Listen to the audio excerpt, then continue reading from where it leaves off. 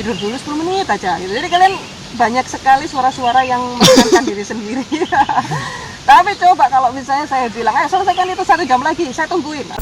Bagaimana generasi COVID ini, COVID tanda kutip ya. itu dia akan bertarung di kehidupannya sendiri, itu yang menjadi pertanyaan saya. Ya semoga aja sih SR 100% ya.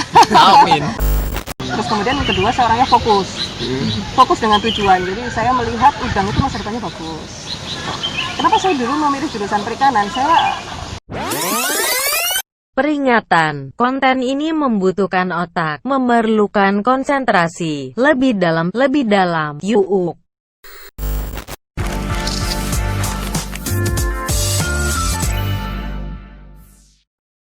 Selamat sore Bu. Halo sore.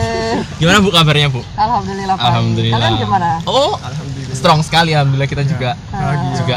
dalam keadaan yang sehat juga alhamdulillah. Iya. Lihat Ibu juga sehat juga berarti membahagiakan juga. Alhamdulillah, menyenangkan ya. Iya. Lama nggak ketemu ya Bu ya. Iya lama ya. Oh iya, Mas Aldo lama. Saya mungkin baru sebulan yang Oh lalu. iya. Iya. Saya baru Di sebulan yang Eskos lalu. kemarin. Oh iya, benar. Bu, selama COVID ini kesibukannya Bu Daruti apa aja ya Bu ya? COVID ini sebenarnya sih nggak menambah nggak Nggak berdampak. mengurangi apapun ya. Bagi Ibu nih. Bagi Oke. saya ya. Kan dia tadi tanyanya saya. Iya. Iya, kan Ibu yang ditanya ini. Oke. Jadi nggak mengurangi apapun. Sebagai dosen juga sama kegiatannya, tapi bedanya adalah online-nya. Jadi, Oke, di sistemnya online. Pakai daring kan sekarang. Terus kemudian waktu menjadi lebih fleksibel sih, meskipun jauh lebih sibuk tapi lebih fleksibel. Ya. Terus kemudian juga lebih ada waktu untuk lihat tambak. Oh, itu poinnya. Itu penting, benar. Gitu sih. Jadi ya itu aja sih.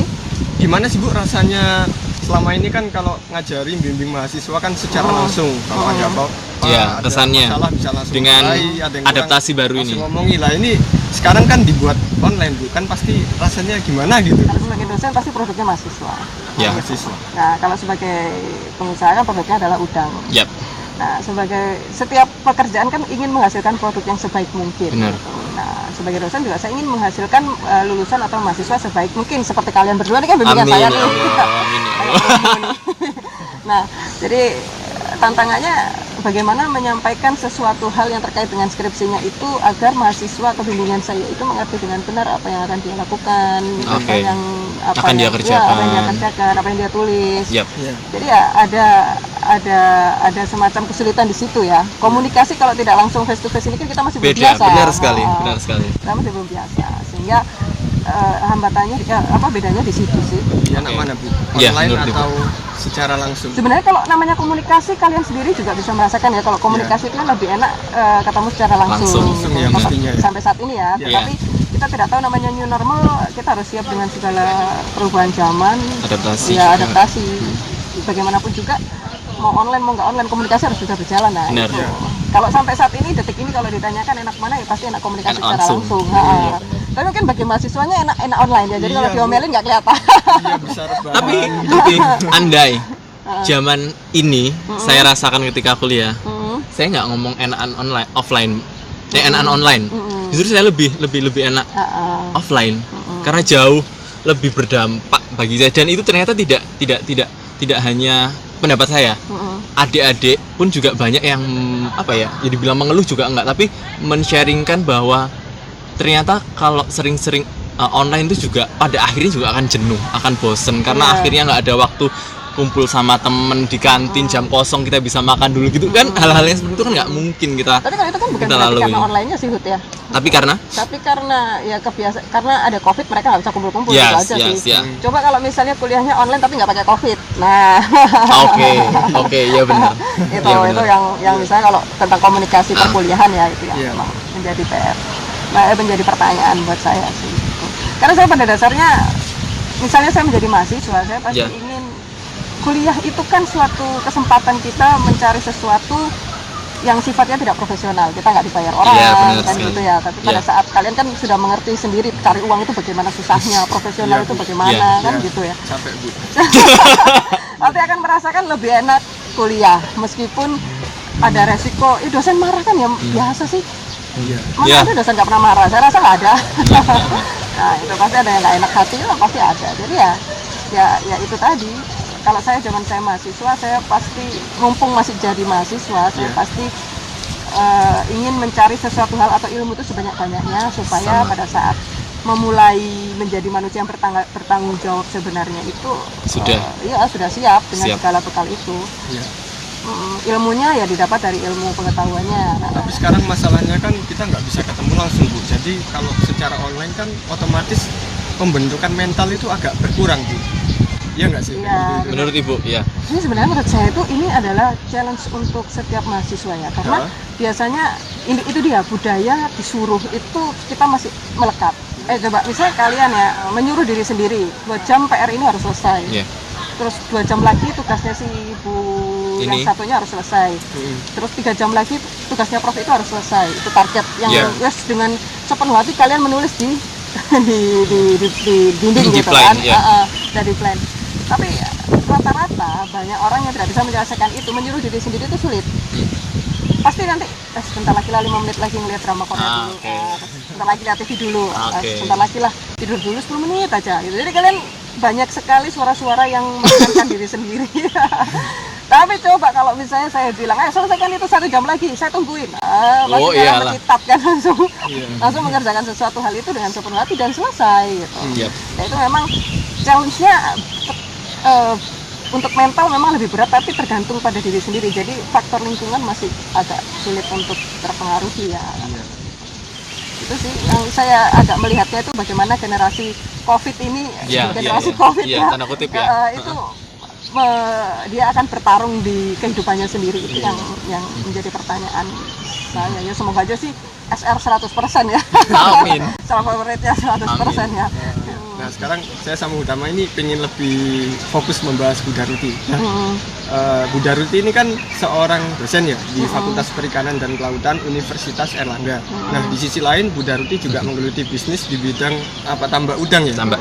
Nah ini gimana ya kalau setahu saya dan orang-orang awam tambak itu kan panas. Nah itu gimana ya kok Bu Daruti bisa jadi perempuan yang strong, bisa kerja di tambak, tapi di sisi lain Bu Daruti masih bisa jadi dosen di FPK UNER. Saya akan bicara saya ya, saya nggak Ya. bicara orang lain ya. Ya. Ya, Saya itu tipenya akan melakukan apa yang saya suka. Kalau saya nggak suka, saya pasti tidak pegang. Ya. Kecuali kalau ada orang yang harus saya pertanggungjawabi ya, Ya. beda lagi. Misalnya disuruh ibu saya, beda lagi ya. Tetapi asalkan saya suka, meskipun itu berat, pasti saya akan lakukan. Gitu. Terus kemudian yang kedua, saya orangnya fokus dengan tujuan. Jadi saya melihat udang itu masa depannya bagus.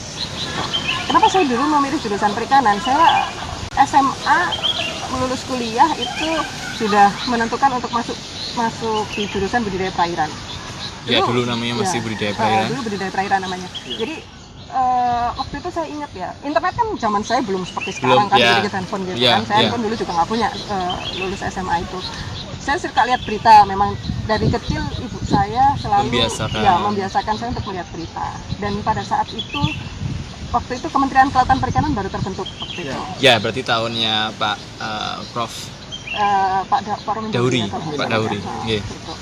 Nah itu mulai terbentuk dan saya melihat, berarti kalau sudah mulai disektorkan begini, berarti sektor perikanan itu kan bagus. Yes, prospek.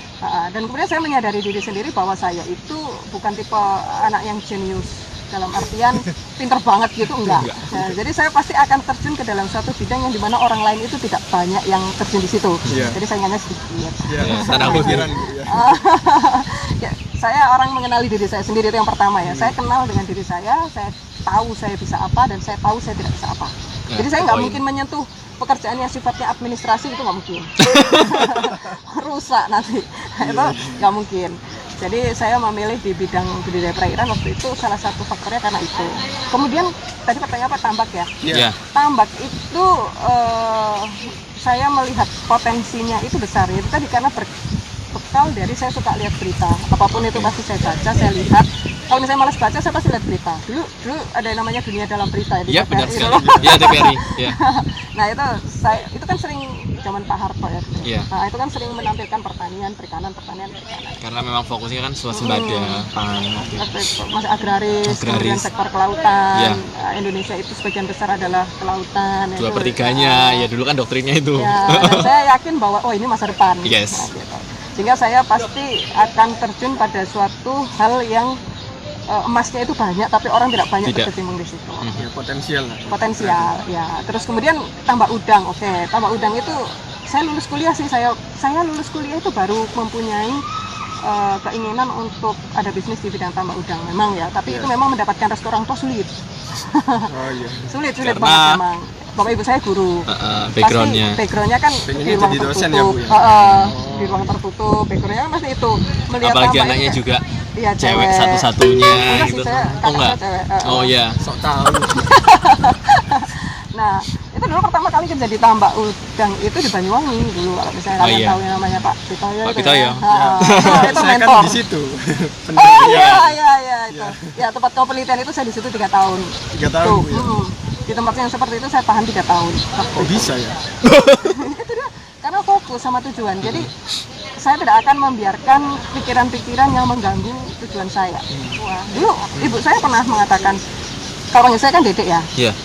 Dek, kamu di situ tujuannya untuk apa? Ya memang pertama kalau cari uang ya jangan dulu ya, karena fresh graduate itu kita tidak bisa menentukan saya pantas digaji sekian, Ya, karena ya, belum ada wajar, bukti Mas. ya. Iya. Ah. Iya. Tapi di situ saya berkata sama ibu saya waktu itu, Mah, aku mau jadi praktisi.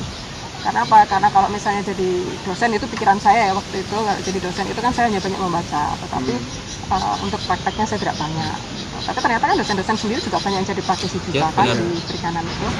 Dan kemudian ibu saya waktu itu tidak setuju. Awalnya bapak saya juga nggak setuju. Waktu masuk ke tambak dilihat kok begini kok begitu. Iya. Terus ditungguin tidur 1 malam di situ orang tua saya di tambak itu, di tempatnya Pak Di Pak Pitoyo Pitoyo. itu. Wow. Di Banyuwangi ya, Bu ya? Di Banyuwangi itu tidur di situ. Terus besoknya waktu mau ditinggal pulang ditanya lagi, kalau kamu ikut bapak pulang besok handphonemu baru. Wah, saya agak handphone baru ya. Tapi dalam hati nanti kalau kerja kan sudah beli handphone sendiri ya. Iya. Gitu. Enggak deh, nggak apa-apa, handphonenya ini aja. Oh nggak mau ya? Ya. Terus diem aja. Oh kalau ikut pulang besok kamu boleh liburan ke Lombok 3 hari. Saya kan belum pernah ke Lombok waktu itu. Oh, waktu itu. Menggiurkan Saya lang mikir dulu, lagi ya. kan, menarik. Sesakumu, sehotel, semua pesawat dibayarin deh. Tapi kok aneh ya, Bu ya? Udah Ruti 3 tahun ditambak, saya 3 bulan ditambak udah hitam loh. Udah Saya dulu enggak- hitam. Oh dulu hitam. Dulu hitam. Kamu ketemu saya Masih- sekarang. Iya. Itu poinnya. Hitam dulu. Dulu kuliah saya putih. Nggak segini. Kalau teman-teman kuliah S1 saya ya, pasti Iya. kalau lihat saya pasti sekarang saya itu Oh iya, hitam. saya tahu foto itu. Iya, Ya, iya, nah, putih. dulu Iya. saya putih dulu. Terus ditambah hitam. Pulang ke rumah ibu saya kayak Aduh, malang sekali anakku ini. Oh, bener, dimasakin sana sini. Iya, iya. Tapi hebatnya ya, mama saya orangnya kuat juga sih mentalnya itu saya itu. Jadi kalau tahu niat saya begitu pasti saya disupport secara mentalnya. Jadi waktunya cuti itu habis, udah dioper-operai suruh balik ke Banyuwangi dan kalau saya tahu sekarang pasti berat ya. Iya. Melepas itu tuh pasti berat. Jadi itu adalah peranan orang tua dalam mendidik. Dan saya alhamdulillah orang tua saya percaya dengan apa yang saya rencanakan, percaya dengan saya ya. Jadi tidak ada faktor lain selain diri saya yang menjadi alasan saya untuk mundur gitu aja. Itu dulu sih. Ya kalau dosen memang karena saya suka ngajar ya, dari kecil ngelihat ibu saya ngajar. Terus saya kan guru SMA. Itu ya karena suka aja ngajar, menyampaikan informasi yang sifatnya itu mendidik, itu saya suka. Terus kemudian ngelihat alumni bentukan saya itu menjadi mandiri terus bisa menentukan hidupnya sendiri tuh kesenangan yang luar biasa. Yep. Mungkin kalian belum bisa merasakannya, tapi pada saat nanti kalian mempunyai anak didik, entah itu ya kalian sebagai mentor atau apapun itu ya, Yeah. itu pasti kalian akan senang dan merasakan bahwa hidup itu indah gitu. So, Terus apakah alumni perikanan itu menurut Ibu harus semuanya terjun ke tambak atau di perikanan? enggak atau sih gimana? kalau alumni ya. Karena apa yang menjadi, kalau sudah jadi alumni itu bebas kalau menurut saya. Bebas ya, ada Meskipun di jalan dunia hidupnya apapun, sendiri kan? ya. Nggak terjun di dunia perikanan menurut saya juga nggak masalah, asalkan Ya, hidupnya preferensi sendiri ya. itu bagus ya. Nggak harus begitu, karena membentuk sarjana itu kan membentuk pola pikir ya kalau menurut Ya, saya. analisis ya, Nah, benar. pola pikir aja, terus membentuk pola pikir, mental, dan bagaimana dia bersikap dewasa yang berpendidikan gitu sih. Yep. Kalau menurut saya di situ. Ya memang kebetulan aja saya dua profesi ini saya ada linear ya di jalur yang sama. Tetapi kalau untuk orang lain yang gini loh, saya punya partner di tambak ya. Dia lulusan culinary management dari Australia. kulineri. Kulineri manajemen makanan, bachelor kuliner. masak. Jadi dia hafal betul bagaimana memproses makanan itu menjadi baik dan benar sesuai dengan gizi masing-masing. Yang mungkin menurut kalian kan sekedar memasak Iya, gitu kan. iya. Ternyata waktu saya banyak bicara dengan dia, saya jarang ke dapur juga ya. Jadi dia bagaimana memproses telur itu macam-macam. Ada yang berair, ada yang berangin, ada yang apa, saya nggak paham lah. Pokoknya sulit lah menurut saya. Dan dia partner saya di tambak dan dia serius di pekerjaannya di bisnis ini, dan dia memilih tambak udang. Itu kan juga nggak linear kalau menurut saya dengan dia. Ekonomi juga saya berempat ya. Yang satu hospitality, satu culinary management, satu ekonomi. Kemudian saya dari perikanan sendiri. Dan rata-rata yang megang tambak udang itu bukan dari lulusan perikanan yang bergelut di bisnis itu ya. Itu bukan dari perikanan juga. Jadi menurut saya setelah menjadi alumni dia mau menjadi apapun itu hak mereka sih, asalkan yang penting manfaat kan Bu. Iya, yang penting manfaat. Terus dia bertanggung jawab terhadap pilihannya itu.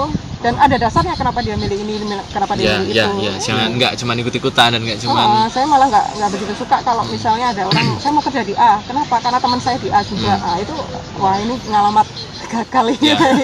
Dia harus mencoba memproses hidup lebih lama lagi. Ya itu sih menurut saya. Jangan mengambil keputusan besar dalam hidup kalau itu karena mencari teman. Yang penting orang tua setuju, merestui, go ahead aja. Iya benar. Kan di dunia ini nggak ada yang perlu ditakutkan. Ya jangan jadi egois juga ya. Iya. Apa yang menjadi prinsip dan menurut kita itu bagus dan menurut kita itu potensial, kayak kalian bikin proposal skripsi lah. Kenapa itu Bu? Ya kayak kan menulis latar belakang, tujuan dan manfaat. Itu kan filosofinya ada. Ada Bu. Kenapa penelitian mengambil tema itu? Nah, saya paling sedih kalau ada mahasiswa, kenapa kamu ngambil ikan lele, ikan gurami? Soalnya yang ikan tongkol sudah diambil teman saya. Itu banyak itu. Atau pasti saya, kamu ujian lagi, jadwal baru lagi. Pasti saya gitu. Kadang-kadang lulusan baru ya. Lulusan baru itu nggak usah terlalu baper lah sama omongan orang menurut saya sih. Orang itu bebas berkomentar dan kamu bebas untuk menanggapi atau tidak, dan saya memilih untuk tidak menanggapi. Dan juga jangan terus menjadi orang yang tersingkir. Kalau misalnya satu komunitas lulusan A, B, C, D semua, ya so what kalau memang saya ada di sini kan gitu. Saya nggak ganggu mereka kan gitu. Itu sih menurut saya. Rada keras ya memang, tapi dipahami dengan baik sih saya rasa nggak keras juga. Oke, terus ya mau nggak mau kan di masa yang demikian, apakah itu juga berdampak pada bisnis di sektornya Ibu nggak sih? Nah, ini pertanyaan menarik ya. Atau justru malah increase atau apa gitu? Kalian kalau misalnya mau melihat data ekspor perikanan ya, kita udang kan sebagian besar diambil oleh Amerika. Ekspor ya? Ekspor udang itu sebagian besar adalah ekspor, dan sebagian besar pengkonsumsi udang kita adalah Amerika. Oh Amerika. Lebih dari 50%. China enggak Bu? China ada tapi sedikit, karena mereka sendiri kan punya ya. Terus kemudian saingan kita saat ini adalah Ekuador sama India. Di luar dugaan, awal saya merasa bahwa ya memang sempat harga udang itu sempat turun di awal-awal pandemi ya. Turun banget memang. Karena permintaan menurun, karena ekspor kan, susah juga ya. Benar, karena kan banyak orang yang menutup pintu mereka jalur untuk logistik dan kawan-kawan itu. Untuk save untuk negaranya kan. Tapi di luar dugaan itu hanya berlangsung cuma 1 bulan nggak sampai. Sekarang kalau misalnya melihat trennya perikanan sudah naik malah. Mau covid nggak covid kan tetap makan. Benar itu. Benar. Jadi ya itu tadi ini adalah suatu prospek yang bagus ya. Misalnya jurusan ini menjadi dasar saya itu ya itu. Berarti selama new normal ini permintaan udah mulai naik ya, mulai stabil lagi. Ya stabil cenderung naik sih, malah cenderung naik ya? Di lain sisi ya. Karena mungkin juga di beberapa kompetitor kita negaranya sedang lockdown mungkin atau ada beberapa regulasi juga yang tidak bisa mereka begitu. Apapun itulah ya, tapi yang jelas itu kan bisnis udang ini masih banyak diminati oleh banyak orang ya. Dan itu masih bisa menjadi tumpuan kehidupan pulang besar.